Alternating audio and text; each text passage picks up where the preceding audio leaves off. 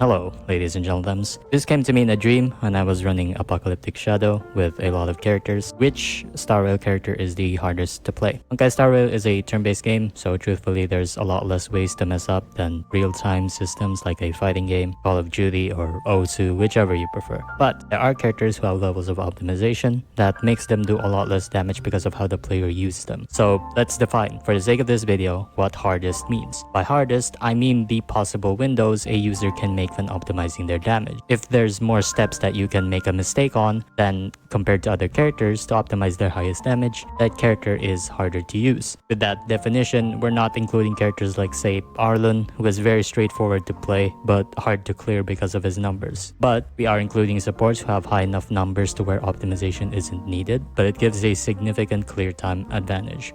Before we start, we are at 3,000 subscribers after less than 2 weeks of 2,000, which is crazy to me. Thank you for your support. I'm growing really fast for some reason.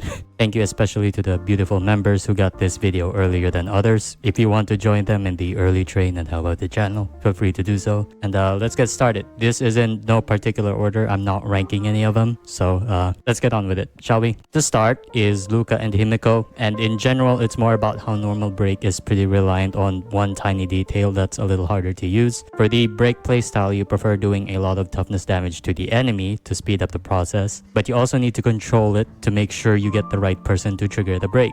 In Luka's case, his entire presence is dictated by this trigger that can be easily messed up. It's also important for him to save his enhanced basic for this situation to get another bleed proc, which could mean the need for one more elite break, which is a huge clear time difference. Similarly with Himeko, maximizing toughness timing to get the most amount of charges is pretty important. If you have 2 or more elites on the field, any Himeko user would tell you to break them each instead of at the same time. There's probably a lot more to include in this category of break optimization. For example, Shui Hyper without super break prefers minimal toughness damage, break effect Silver Wolf, and a bunch of others. But in general, this is more generic than the other characters on the list. Min-maxing breaks is part of endgame fundamentals that most people plan for, so their level of complexity is often expected from the player, but at the very least has more room for error than your normal skill spam hyper carry playstyle. Next is Seele. Resurgence is a strong mechanic that allows you to play in a loose way. Getting the most out of Resurgence is dependent on how much you understand your Seele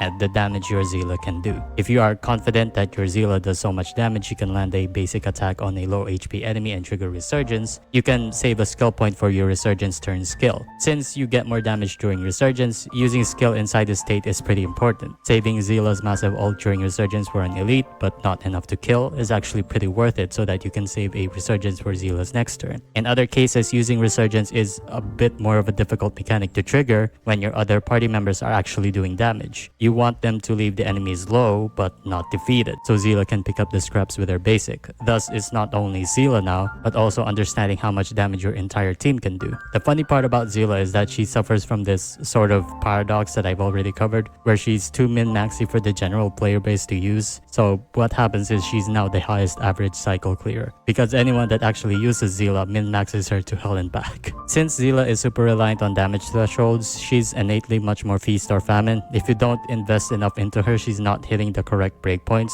and just not many people are willing to do that. Regardless, Seele's Resurgence has a lot of optimization quirks that forces you to understand your team's damage output that I feel is pretty worth it in this list. Next up is a support, a very good one at that. It's Robin. Robin is excessively strong that even if you don't min-max her, you still get amazing results. But when you do min-max Robin, she is simply in a class of her own. The first hurdle is her ultimate timing. You want to use it early enough where additional damage is immediate, but not so early that you get nothing from it. Looking at the ticks of the turn order is your friend here. To maximize her ult's advance forward, you typically want to use it when the next turn has a high amount of ticks to go. Otherwise, if there's 0 to 10 ticks, you get almost nothing. This could mean the difference of plenty of low cycle clearing and clutching no sustain speedruns. The second hurdle is energy. Specific teams and certain strats can get more out of Robin to reduce her ult downtime. While she doesn't need these teams to be excellent, the power gap that certain teams she gives is pretty noteworthy, as the Gallagher Mosquito Bites team solely relies on Robin's energy min-maxing and using her as a hyper carry. Like Seele also, damage threshold for wave-based content are pretty important since you can squeeze more turns that cascade into more damage. Robin's mechanic leans very hard into this as her damage damage window is just pretty special. Overall, Robin is very strong but has significant returns in min-maxing her ultimate, and a good understanding of how speed works is needed to exploit all of that. Thus, I feel that it's pretty fitting for her to fit into this list despite her very high floor. The most recent character on this list, and the one I'm mentioning right now, is Yunli. Her parry mechanic is a pretty interesting spin in contrast to how Clara works. In a nutshell, you have to time her ultimate before the enemy turn of the attack. If she cannot time it well, your ultimate damage is thrown off a cliff. I'm not going to pretend that even some of you use normal speed star rail. I'm pretty sure if you're looking up these kinds of videos, you play on fast forward permanently.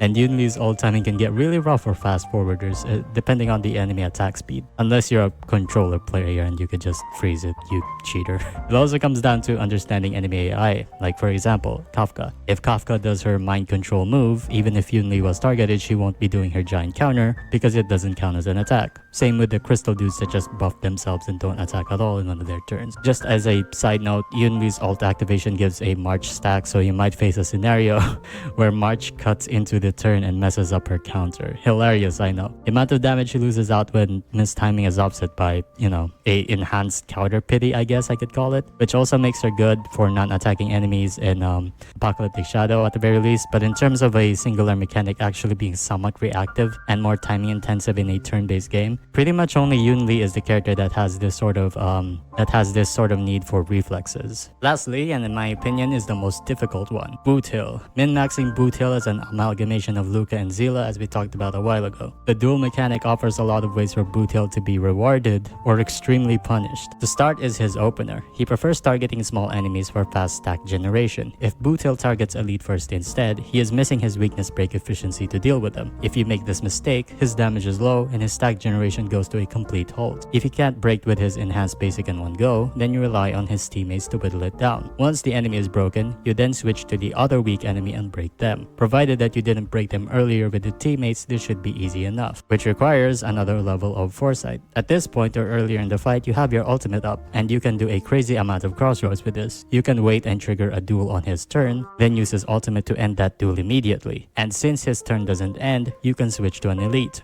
Or you can use the ultimate to push the non-dual boss closer to break and take your chances that the enhanced basic attack defeats the weaker mob. Ending duels early is beneficial for Boothill's opener and can be min-maxed quite a lot. That's right, we're just in the opener, so buckle your seats, we have more Boothill tech that you probably didn't want to know. Once your stacks are fully built, what other min-maxing tricks can you do? Boothill's breaks are the strongest, thus for optimal performance you want him to be the one triggering the break. The dual mark itself provides more damage, saving his ultimate until the dual mark is applied is another optimization point for super break teams. If the enemy that you are already in a duel with has low enough HP to be beaten by his ultimate, you can use it immediately to beat the enemy in the duel and end the duel early. If the enemy still has a fair amount of HP, use the ultimate on the other enemy with a toughness bar and use your enhanced basic to finish the current duel since it does more damage. And the last point, duel is a double-sided effect, so if you are facing a rough AoE or single target attack, you may still want to hold off on attacking an elite and deal with mobs for your own safety and to get more energy to chip with his ultimate on the large enemy. The amount of time I took to elaborate Boothill compared to everyone else can probably show you how much tech you can put into him for his best results. And I'm not even going to more detail like ally toughness, skill point use, and other stuff that I forgot to mention. This isn't in any way a criticism to Boothill, by the way, since his playstyle is very much rewarded by incredibly high single target damage. In fact, I really like harder playstyles since they're more fun this way, but it's definitely something that can filter out people who simply want to play with their brain turned off, which I don't blame them for. This amount of optimization may not be for you, and that's completely understandable, honestly. But yeah, anyway, that was the entire list. I've been talking for a while. That Boothill one really really took a lot out of me. Who do you guys think is the hardest unit to play? Do you agree or disagree with this list?